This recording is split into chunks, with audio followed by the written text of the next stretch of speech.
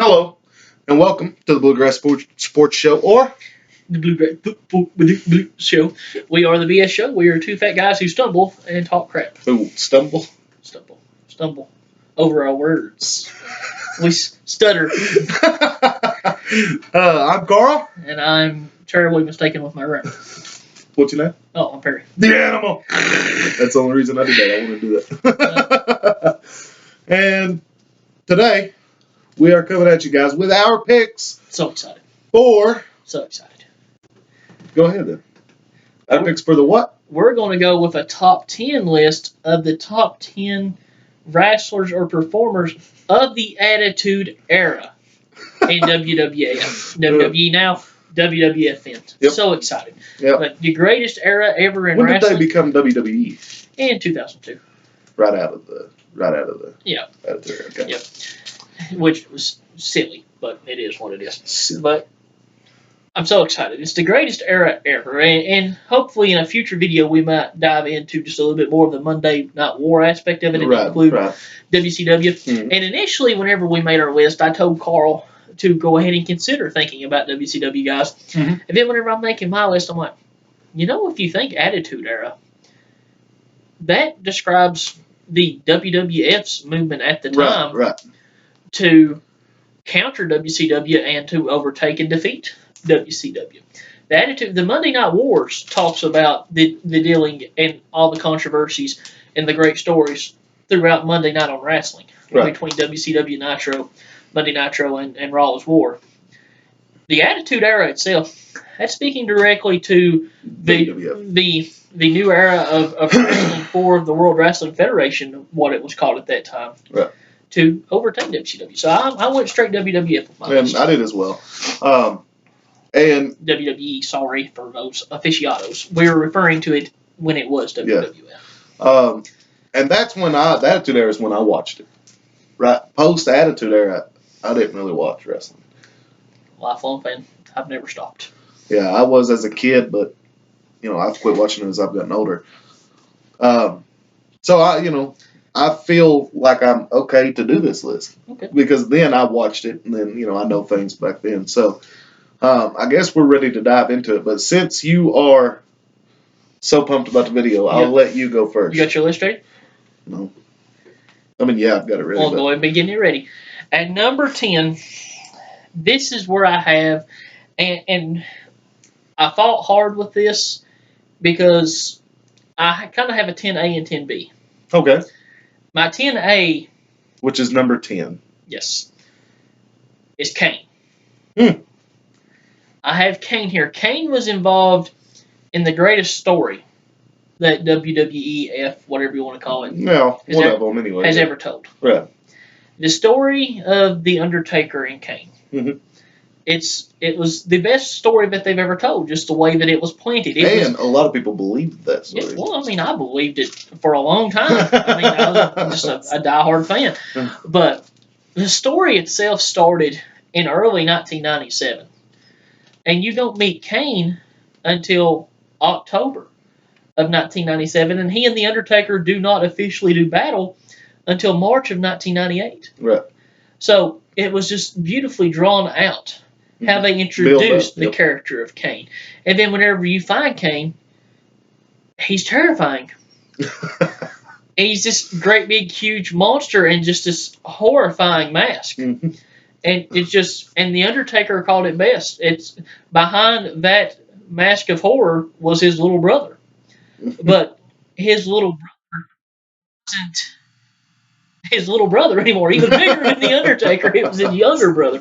But it's just the way that he was portrayed. Now, a lot of people will say later on down the line, Kane could have been as bigger than The Undertaker.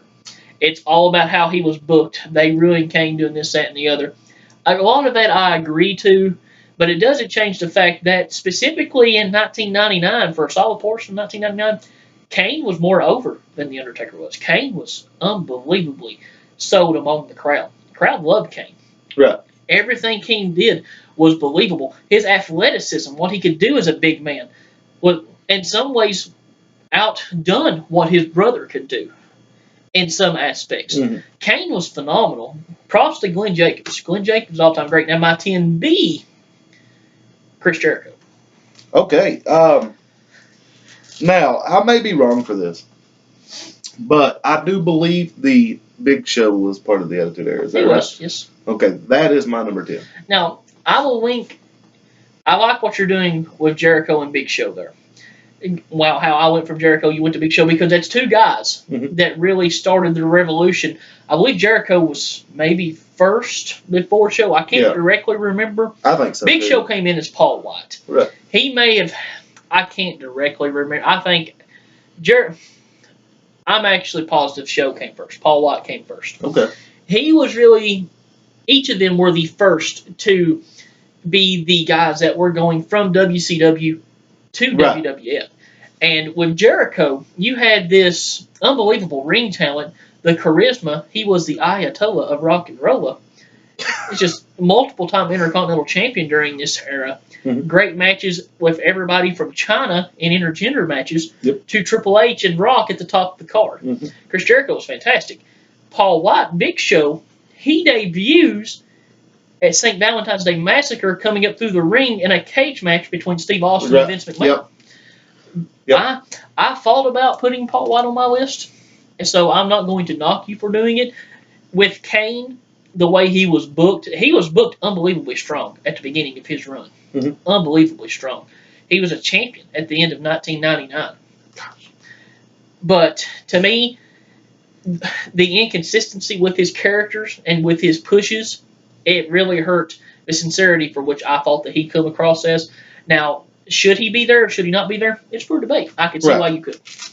So, I mean, you went into the Big Show and all that, and he is my number 10, and that's one of the most iconic things for me was him coming up out through the ring in that match. That was just amazing. You knew him as a monster from WCW. Well, yeah. He was somebody. As the giant. You knew him. He was an established face. Yes. You knew who he was, Definitely. and you knew business was meant. And my number 9 is Chris Jericho. I like it. I like it. Yes, I wanted to let you know that. Okay. So, I like how you went with that. We had two guys that literally jumped. A lot of the issues that started the change in WWF that led to the Attitude Era was because of guys jumping ship and going from WWF to WCW at that time. The Lex Lugers, the Macho Man Randy Savages, the Bobby Heenans, the Mean Gene Okerlunds. I mean, Hulk Hogan didn't jump ship and go directly. Hogan had left and retired from wrestling and come out of retirement to go to WCW. But then you get Hall and Nash, you get Ted DiBiase, you get the 1, 2, 3 kid, Sean Waltman, who was six-pack in WCW, come back as X-Pac in WWF.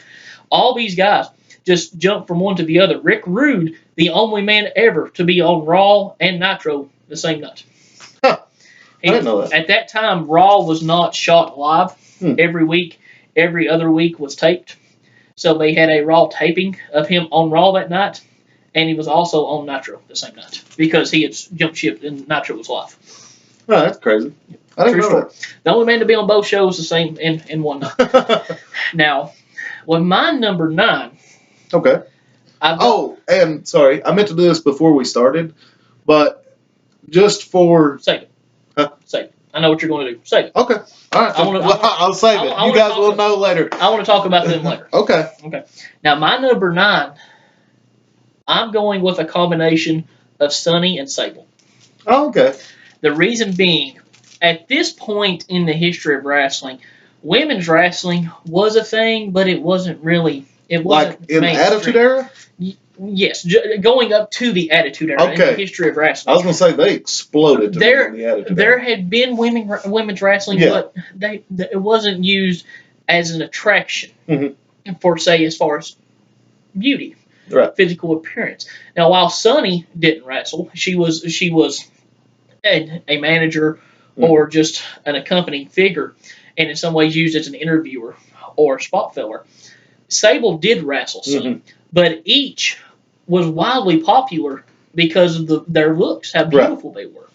Sunny, it was in 1996, 95 or 96, was the most searched person on the internet for that year. I didn't know that either. That is a fact. She was the most searched for person on the internet in that calendar year. Okay, now, what she led, she was really the first. Miss Elizabeth was gorgeous. There's been other ladies in wrestling that were attractive, but Sunny was really the first one that was used for her sex appeal to attract viewers, to go to a direct demographic of a 17 to 35-year-old male demographic that they targeted at that point. Sable took it a step farther because at this point she had it, in which Sunny was offered to do Playboy and she turned it down. Sable does Playboy. Okay. And you can also link Chyna into this as well. I want to add Chyna into this because Chyna was more of an in-ring presence as to what Sable and Sunny was. Chyna could wrestle with guys and make it believable. She was that strong. She was just a freak. JR has said millions of times that whenever they made Chyna, the mold was broken. You couldn't remake that. And she did Playboy. Chyna was a beautiful woman for the masculinity that she had. She was still a beautiful woman. Women's wrestling, it's completely different today than what it was then. But the woman wrestler that you see now with the beauty and the brawn doesn't happen without Sunny, Sable, and Chyna. So I have them at my number 9. Okay, I like that. My number 8, we're going to get just a little bit extreme in some ways. Extreme. We're talking tables. We're talking ladders. We're talking chairs. Oh, my. Tables, ladders, chairs. Oh, my. We're talking about what was a decent tag team division at this point in the WWF. But there's these two kids from Cameron, from Concord, North Carolina, named Matt and Jeff Hardy. That's in the business. There's this mysterious duo that's a part of the Brood with Gangrel, known as Edge and Christian, who branch off on their own and become unbelievably charismatic characters once they actually start being more of a character himself instead of a vampire. And then you have those Dudleys from Dudley. You got Bubba and Devon. Those 3 teams specifically changed the course. They definitely shine lights on tag team fighting. And in my opinion, that era of tag team wrestling is the greatest era in tag team wrestling. I would agree. Now, people who are fans of the late 80s and 90s may disagree with that. To me, it's, while those 3 may not be the greatest tag teams of all time, I mean, just the fact that they were together at that point, the matches that they put on, the entertainment that they gave, the table, ladders, and chairs matches, they were absolutely phenomenal. To me, Edge and Christian, Devon and Bubba, Matt and Jeff, the Hardys, the Dudleys, Edge and Christian deserve a spot on this list. I have them at number 8. Okay. Now, sorry guys, and I really tried to be prepared, but I forget people. He tried hard. I forget people. I'm sorry. So, and I'm making a big jump here. My number 10 and 9 at Big Show, Chris Jericho, are no longer on my list. Oh, really? Yes, okay. They're no longer on my list. So Jericho and Big Show are gone. Yep, they're kicked. So just forget that part. That's pretty bad. So I'm going to start all over, basically, just catch up. All right, my number 10 is Kane now. Okay. He was my number 8, but I forgot about 2 people that I wanted to talk about. Big Red Machine. Go ahead. Number 9 is now the New Age Outlaws / DX. Okay. I get it. I understand why you have them there. They held more tag team titles during that era. But in my opinion, the Outlaws couldn't hold a candle to the 3 that I put on there. Okay. And I completely understand that. They were entertaining.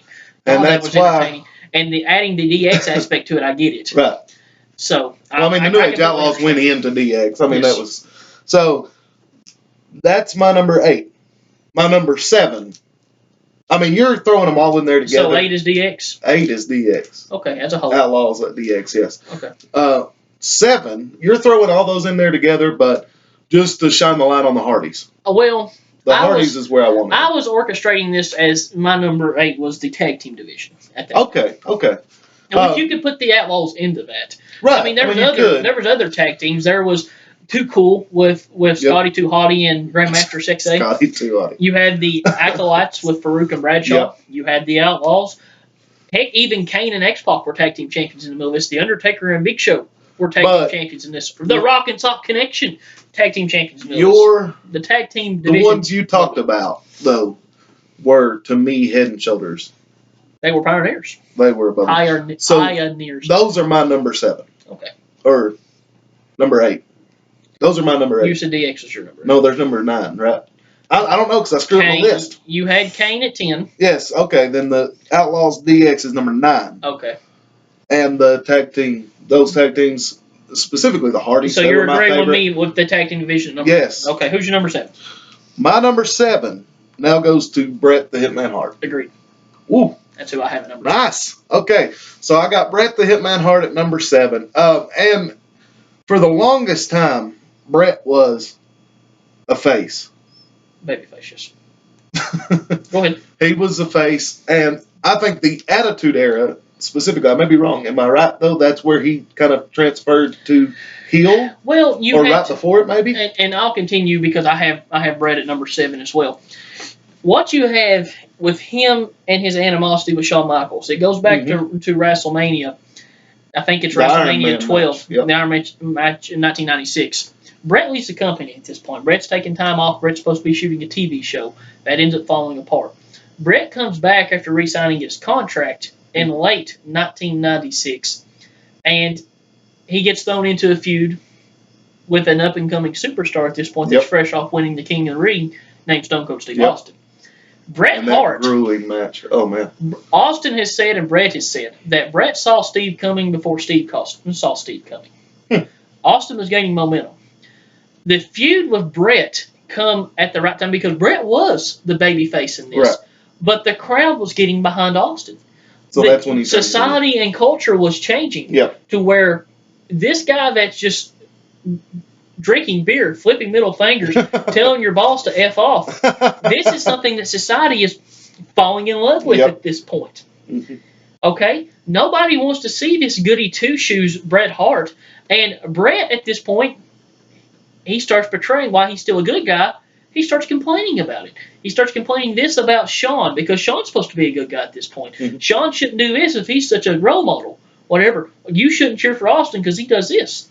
It's a slow turn. It turns into the greatest double turn, the execution of the double turn in wrestling history. To where at WrestleMania 13, you have a submission match with Ken Shamrock as guest referee. Mm-hmm. You have Bret Hart defeat Stone Cold Steve Austin. Austin doesn't submit. Nope. He passes out from pain. Yep. You have the greatest image in wrestling history of Austin pushing himself up off the mat and blood just running down his face and through his mouth. Mm-hmm. It's an unbelievable image. Yep, it was awesome. You have the greatest double turn there because Bret Hart turns heel. Mm-hmm. And Bret Hart's red hot. He goes on, he feuds with Austin. Austin becomes the most white-hot babyface in the history of the company. He feuds with Shawn Michaels off and on, and Michaels a heel at the same time later on in the year. He feuds with The Undertaker if The Undertaker is champion. Yep. You just have so much heat on Bret Hart leading up to Montreal at the end of the year. And I'm going to go ahead and jump into my number 6. Okay. Because that's where I have the Hart Bret Kid, Shawn Michaels. Me too. All right. So we're right on par with each other here. You go in, Shawn Michaels, he's coming off a title reign, a massive title reign in 1996. Mm-hmm. Shawn does everything he can to keep a company afloat, but at this time, WCW is red hot. Mm-hmm. A lot of people blame Shawn. Shawn can only do so much. Right. You've got Shawn and Taker shouldering the load. Nobody else is established. They were the faces. You've got Bret gone. You don't have Rock yet. You don't have Austin yet. Austin's there, but he's building. Right. Okay? Hunter Hearst Helmsley's there, but he's building. Mm-hmm. You've got Taker and Shawn, essentially. Mm-hmm. That's your draw. So you have Shawn throughout that. And Shawn's very bitter at this point. The animosity on screen and off screen with Bret is real. Mm-hmm. Okay? And Shawn starts getting to where Shawn don't care. Right. Shawn doesn't care how he says things. Shawn doesn't care what gestures he makes to the crowd. You posed a question to me probably a little while ago. Who had more attitude than Stone Cold Steve Austin in the Attitude Era? Shawn Michaels had more attitude than Stone Cold Steve Austin. You think he did? Absolutely. Shawn close. Austin is personified with the Attitude Era because he was the biggest star. Shawn Michaels brought in the Attitude Era. Okay. Shawn Michaels, with the formation with Hunter Hearst Helmsley, Triple H, the formation of Degeneration X Right. brought in the Attitude Era. The things that they did at that point you've never seen on network TV in general Right. at this point live, much less in wrestling. Mhm. The USA station sent them a cease and desist order. And what do? They go on live TV and they have essentially a State of the Union address mocking, well, they say we can't say this, this, this, and this before such and such time, and we won't say this, this, this, and mock Bill Clinton in the process, and it completely wins over the station because it's so funny and so ridiculous. Yep. Shawn Michaels' career gets cut short in this due to a back injury that he suffers at the hands of The Undertaker at the Royal Rumble in 1998. Has to retire after WrestleMania 14 in 1998. He still comes back as commissioner. He's still on screen for solid portions, but he's dealing with a lot of drug problems at this point.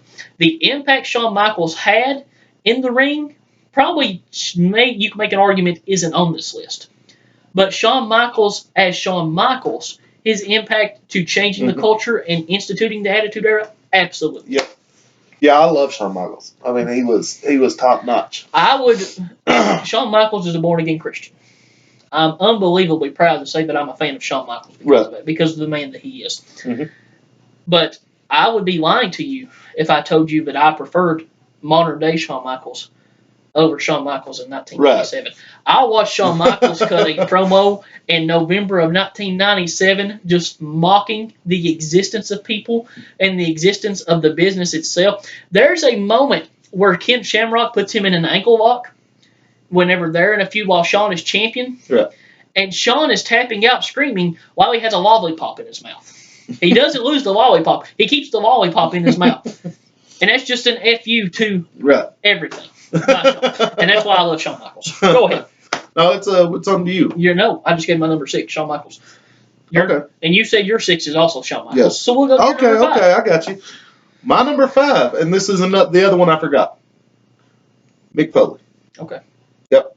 Or Mankind, or I think he's Mankind during the Attitude Era. He was everybody. Yeah, Dude Love.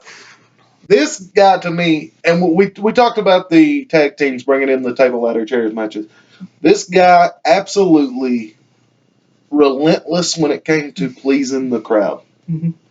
He would put his body through enormous amounts of pain. I wanted to cuss, but enormous amounts of pain just to please the crowd. And it's kind of stupid.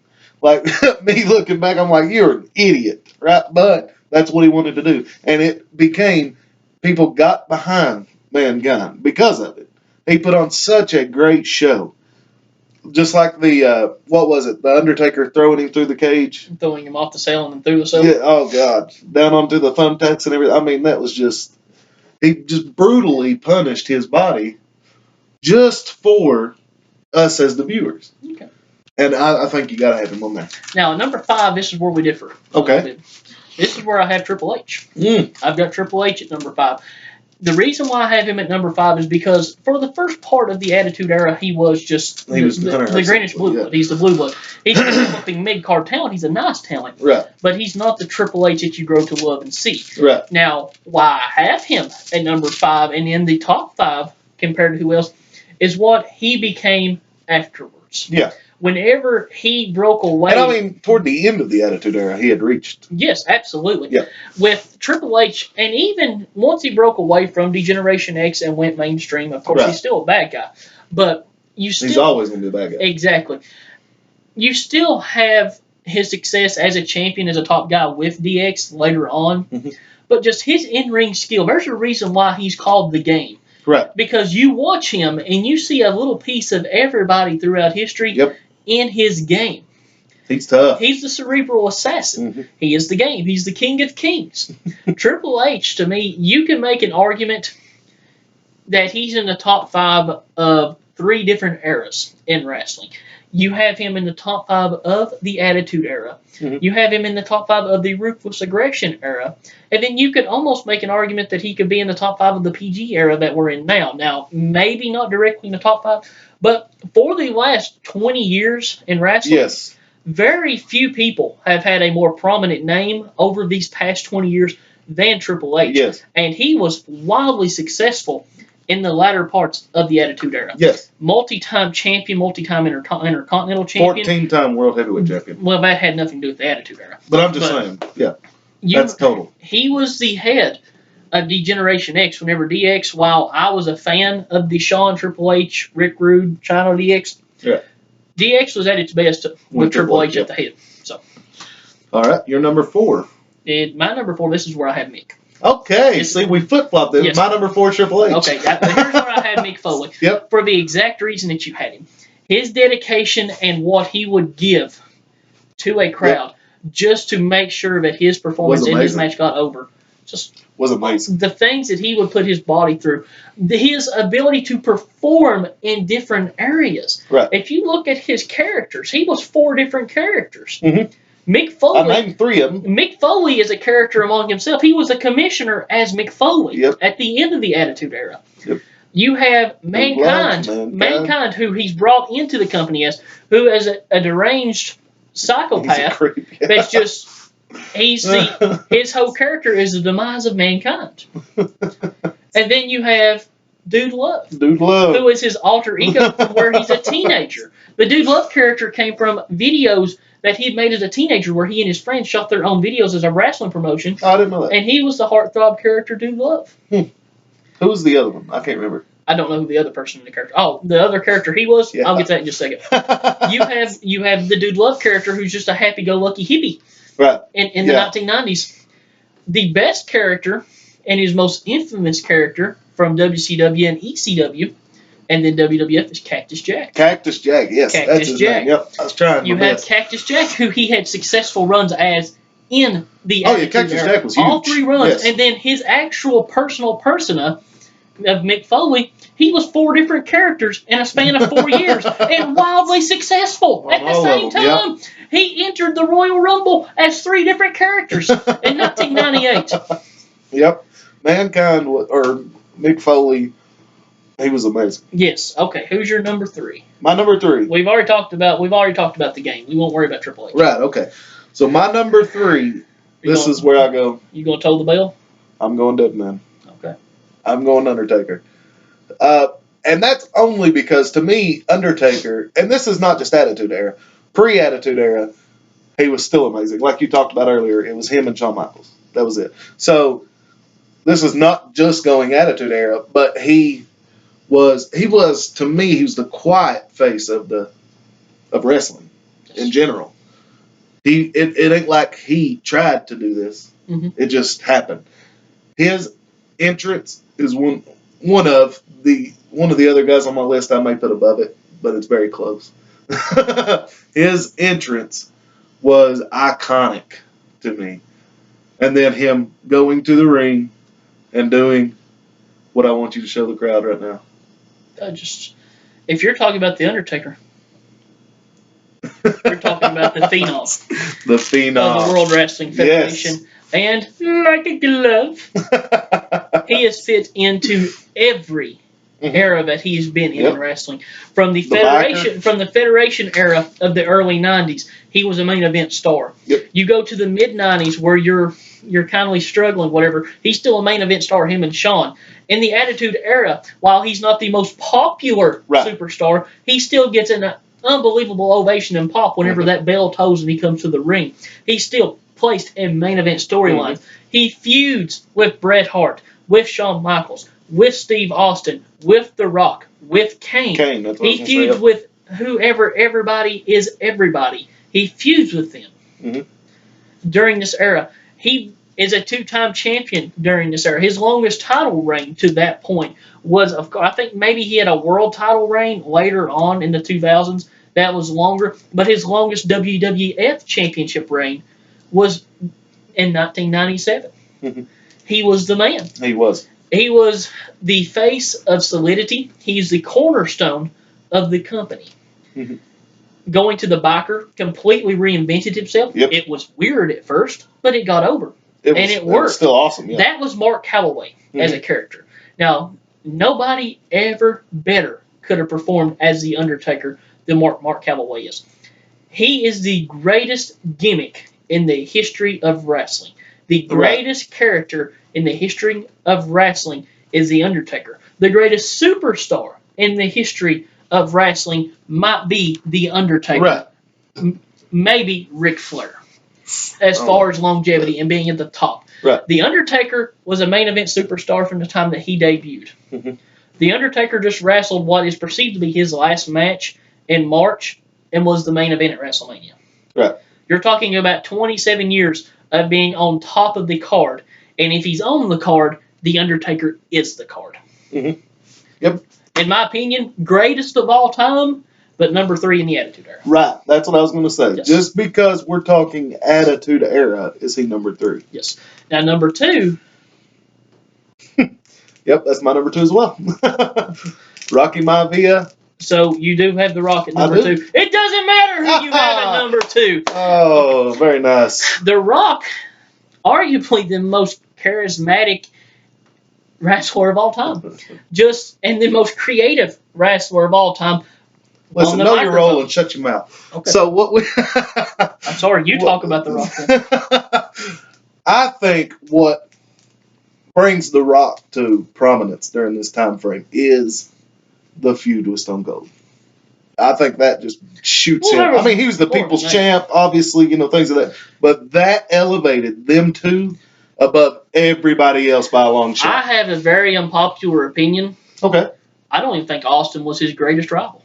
Well, it may not have been. I think Triple H was his greatest rival. But that feud, to me, everybody was behind it. They were picking one or the other. Who do you pick? And both faces, both at the top of the chain. Who do you pick? The best TV for wrestling ever, as far as ratings, was in the late '99 through mid 2000, and that's with Austin and Taker both off TV. You've got Rock, Triple H, and Foley main event every night. Right. And just a combination of those three. That, and you add in Kane and Show and Jericho, right, and all the other supporting cast. To me, Rock is easily number 2 here. Not only because of what he did, he was a great wrestler. Yes. A fantastic character himself. Hit on the microphone, just untouchable. The greatest of all time. Right.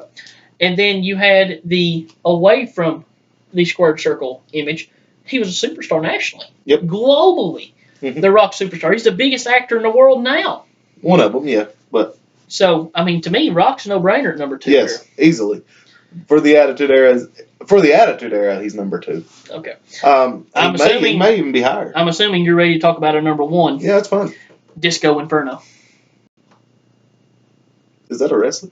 You don't remember Disco Inferno? I Inferno? don't remember Disco Inferno. He's in WCW. He's the guy who come out and do disco. I don't remember him. Gilbert? Hey. Gilbert? Gilbert. The little... Yeah. I was going to say. There's a reason why I have on this shirt for this video. The reason your boobies are showing, too. That's because they're nice. The greatest superstar of the Attitude Era. Yes. The most popular superstar of all time. I wish I had 2 bears. Stone Cold Steve Austin. Yep. Stone Cold was the man. Austin he sold out arenas for 3 or 4 years. Because of his mouth, too. I think it has a lot to do with it. His persona. His in-ring skill whenever he came to that company was outstanding. Oh, yeah. Phenomenal. He was a great wrestler. But then he broke his neck against Owen Hart. Right. And while he was still good in the ring... That wasn't a practice match, right? No, that was real? That was in SummerSlam. Okay. That was in SummerSlam in '97. That was... With him breaking his neck, he went away, and he's talked about this, to where he couldn't do as much in the ring as far as just being a performer or seller, right, such as that he couldn't do a lot of moves. So he became more of a brawling type. And if you look back at Austin, that's the Steve Austin you remember. Yeah. You remember Steve Austin throwing fists and throwing feet. Right. And that's you don't think of Steve Austin being a technical wrestler. You think of Austin just brawling and going into the middle of 25 people and throwing fists and throwing stunners. Yep. Just a stunner here, a stunner there, a middle finger over there, one more stunner behind you. That's what you think of Stone Cold Steve Austin. You think of him coming out and completely captivating a crowd, the glass shattering. Yep. And everybody jumping up. Along with the bell toll with The Undertaker, the shattering of that glass, the most significant and the most recognizable sound in the history of history. Yep. The I history completely of agree. history, not just wrestling. The history of history. I completely agree, though. That those two for sure had the greatest. Like I said about the entrances of the other guy, yeah, this would be the one that would combat it. And But an honorable mention to this list, Vince McMahon. yeah, that's what I was going to say earlier. I'm glad you brought that up. We made it a point of excluding Vince McMahon, Shane McMahon, Stephanie McMahon. You know whoever. Shane and Stephanie, they have their place. They're Right. not footnotes by any means. They Right. were very important Mhm. characters, but they pale in comparison to the importance of what Vince was. Yeah, Vince rivaled when we talk about Stone Cold. Vince rivaled everybody. Everybody, yes. Vince was the number one heel in the company, and he was the owner. I mean, he wasn't even a wrestler, Right. and he was the number one heel. And that's the only reason he's not on this list is because technically he's not just wrestler. Technically, Sonny wasn't just a wrestler either. But I had her. But with Vince, you might still have Steve Austin to an extent, but you don't have the overwhelmingly large phenomenon that was Stone Cold Steve Austin if you don't have Vince McMahon. Right. The Montreal Screwjob, Vince McMahon. The ordeal with Austin, Vince McMahon. I watched this. I thought this was funny. I watched a interview. Stone Cold got interviewed, and they asked him about him hitting a metal bedpan against his head. Don't. Just finding a sweet spot. Yeah. If I don't want to hurt you. I don't want to hurt you. They gotta believe it. They gotta believe it, Steve. Boy. I love hearing Jerry Lawler laughing in the background, trying not to laugh out loud when that happens. Oh. And then anally raping him with a catheter. Yeah, Stone Cold and Vince McMahon, honestly, were the two most iconic figures of the greatest feud in the history of wrestling. Yes. Greatest feud. That's why whenever you think greatest feuds, to me, if you look at The Undertaker, you rather go Kane or Mankind, in my opinion. Right. With Rock, you go Austin or Triple H. Mm-hmm. With Austin, it's not debatable. No. It's Vince. Yep. It's Vince. Definitely. Shawn is Brett. Even when he was feuding with other people, you would still hear stuff. Austin! Between him and McMahon. It was amazing. But, guys, I think we're nearing the end of this video. I apologize for the length of this video. It was fun, though. We are going to make a concerned effort to get these shorter for you viewers. We're trying, man. But for this video, this was a top 10. Man. This required to be just a little bit longer. And this is something we're both passionate about. It was fun. I enjoyed this. It was fun. I didn't think I would enjoy it as much as I did, but I did. Reminiscing, man. Reminiscing. So if you guys liked it, hit that like button and the subscribe button. I just see Shawn Michaels standing over top of one of the headbangers right now in his underwear, shaking his bulge at him. That's just what I see. All right. So, by the way, guys, we're still trying to hit the 50 mark where we can let you guys call in with your questions live. Definitely share it on your Facebook, on your Twitter. Like our Facebook page, it's Bluegrass Sports Show. Twitter's Bluegrass Sport 2. Share it everywhere. Help us out. Get us some more views. Then we can start giving you guys better videos. We're trying here. Anyway, thank you guys for watching. Have a good day. Have a nice day.